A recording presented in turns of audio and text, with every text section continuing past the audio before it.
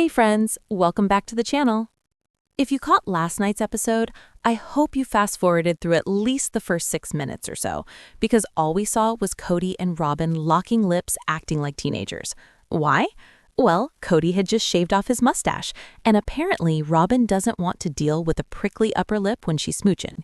And suddenly, after 9 episodes of Robyn pretending she doesn't want to kiss her husband, she's suddenly all in, making out like high school sweethearts. Honestly, I couldn't care less about that.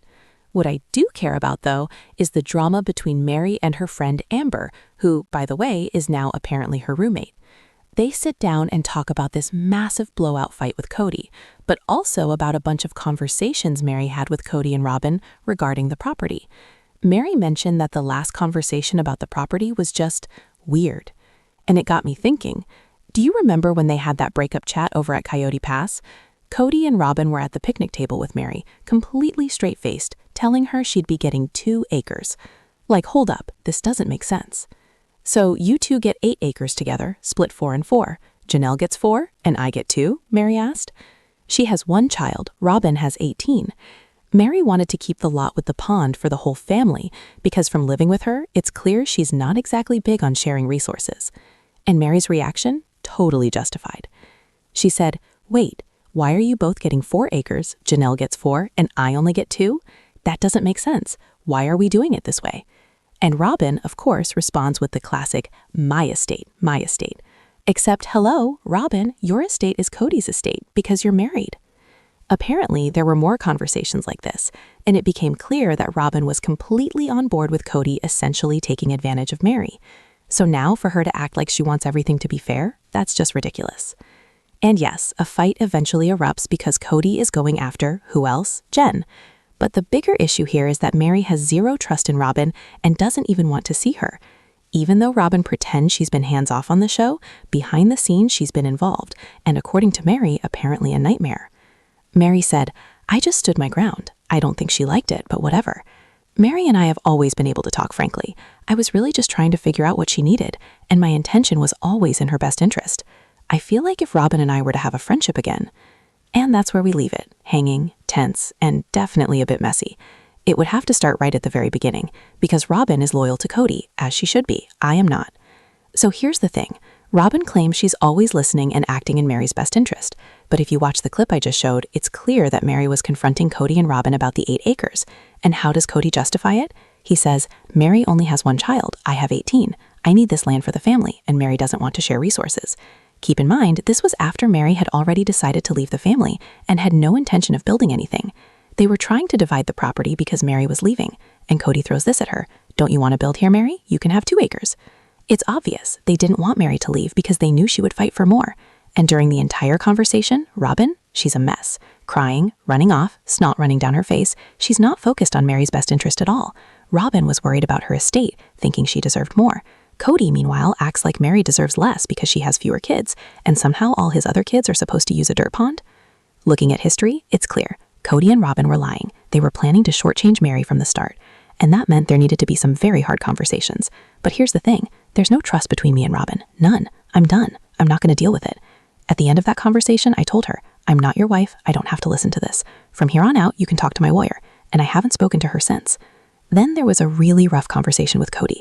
During that one, he went after Jen, and I absolutely would not stand for it. So, to recap, there was the Zoom with Janelle, Meri, and Kody talking about the property offer. Then there's a second conversation where Kody calls Meri, yelling and screaming about the property, and starts going after her friend Jen. We'll get to that in a minute. On the show, Kody acts all friendly and amiable, like he's just trying to do what's best for everyone. Cameras off, a completely different story. Yelling, berating, screaming at Meri. Meri has actually talked about this, or at least alluded to it in her interview on the Tamron Hall show.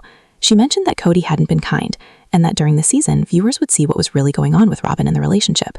She even said she was reevaluating the relationship and wasn't going to let him speak to her like that anymore. At the end of the day, Kody's anger isn't about anything personal. It's about money. It's about entitlement. And he's used to being able to berate, belittle, and yell at Meri and his other wives to get what he wants. Right? And like I said, Robyn knows exactly who Kody is and what he's up to. And yet, through all of this, Robyn refuses to admit that it's not the women causing problems. It's Kody. Somehow, she believes that if she kisses his butt, everything is fine. But if you don't, then apparently it's your fault. She's still brainwashed, still ridiculous. But hey, that's Robyn for you. Here's where it gets interesting. Kody starts going off about why he's mad at Jen, and honestly, it makes no sense. He says, "It's hard for me to not see Jen as a nemesis. I think Jen encouraged Meri to leave. Back in Vegas, she told Janelle Meri should empty our bank account and run away." Wait, what? Let's unpack that. Kody is basically saying Meri needed to do everything my way. If she didn't, it was Jen's fault. But here's the kicker. Kody didn't want to be married to Meri in the first place. He divorced her and married Robyn. He abandoned Meri. He hadn't slept at her house for 8 years before she finally said, "I'm done." And now he's acting like Jen made Meri leave? Think about it.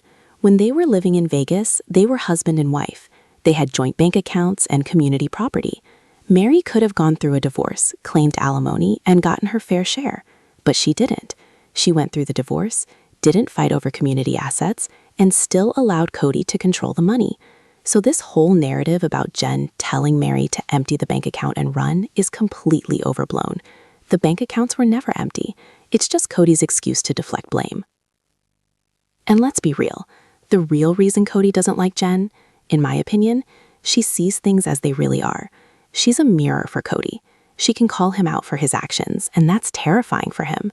Sure, the mean girl dynamic between Janelle, Meri, and Jen can get messy, but Jen was acting like a friend. If your friend is being neglected, abandoned, verbally, emotionally, and financially abused, and coming from a cult where they might not even realize leaving is an option, wouldn't you say something? Jen was trying to be a good friend. And for the record, the bank accounts were never emptied. Kody's story is a hyperbolic excuse. And on top of that, he throws Janelle under the bus with double hearsay. Janelle told me that Jen said this about Meri, which is just layers of deflection. So honestly, I don't even know if this is double or triple hearsay at this point. It's like a full-on game of telephone. But here's the truth. What Kody really hates about Jen is that she was there for Meri. She gave Meri strength or backbone and showed her another way. She encouraged her, offered a path out. That's what a good friend does. Sure, I don't always love all the banter, the joking, the immature stuff, but still, she was a good friend. After we took the offer, Janelle got worried about losing the buyer. She started pushing me, either follow through completely with Meri's wishes or we were forced to sell. I found myself in this almost backdoor deal situation with Janelle. Hey, let's just sell it out from under these other two. But Robyn kept saying, no, we're not going to mess them over. And then Kody jumps in with, well, I could sell it without Meri's consent. And technically, he could have forced the sale on everything. Here's where it gets really confusing. When all the properties were being transferred, Meri had very little legal say. She only held a small portion of the property, a parcel with Kody and Janelle had to be deeded to add Robyn. Outside of that, she had no legal voice when it came to adding herself to other parcels or any dealings between Kody and Robyn. It was Robyn who held out, refusing to sign until March 26, 2025. Kody and Janelle had come to an agreement back in January, but Meri didn't need to sign. She literally had no legal say over the transfer. And the sales documents? Janelle signed in January, Kody signed on January 17th, but Robyn didn't sign until March 26th. Just to be clear, for the parcel Meri had with Kody and Janelle, Janelle signed January 9, Meri signed January 15th, Kody signed January 17th. Meri wasn't holding anything up, nothing at all. It was Robyn who delayed the process until March 26th. The sales couldn't go through and the deeds couldn't be recorded until Robyn signed. At no point during this was Kody or Robyn directly talking to Meri. They were communicating strictly through attorneys. Robyn was the one hemming and hawing, holding up the sale. If she really cared about fairness, she would have signed with Kody on January 17th, but she didn't. My guess? Kody was using Robyn as leverage over Meri, basically saying, well, Meri, Robyn will sign if you agree to an NDA. That's my only logical assumption, because they always leave out the truth. Meri had to go through the whole NDA process. Janelle even admits there was talk of a side deal, but legally, it couldn't happen. And the reality? Kody and Robyn are the ones playing dirty. So for Robyn to turn around and make comments like this, yeah, that's just not okay. It's just insane. Honestly, more energy has gone into creating pain and trying to hurt each other than was ever put into actually working on the relationship. And it makes me angry. Maybe if all that energy had gone into fixing things, we wouldn't be in this mess. But no, let's just keep trying to hurt each other. I don't think people really understand how long the pain will last because of the damage that's been done. Remember in Christine's book where she said Kody will take the fall for Robyn? He'll absorb all the blame, even though she's the one instigating things. If something is her fault, he'll say it's his. And here's a perfect example. It's Robyn's fault that this mess lasted as long as it did, that the sale didn't go through until April, that she didn't sign on time. But Kody? He's blaming Meri. He's pretending he's going to make a side deal behind Robyn's back, even though it's not legally possible. And why is he doing it? To protect Robyn, because she's the one holding up the sale. And then in this episode, Robyn casually acknowledges that Kody is mean, that he lashes out, screams, yells, and even calls himself the devil. And she just laughs about it. Then somehow she turns around and blames the women for hurting Kody. Hurt who? She says, for all the effort people are putting into trying to ruin each other? What effort? What effort are they putting into hurting Kody? Come on. Other than leaving an abusive spouse and his enabler, what hurt are we talking about?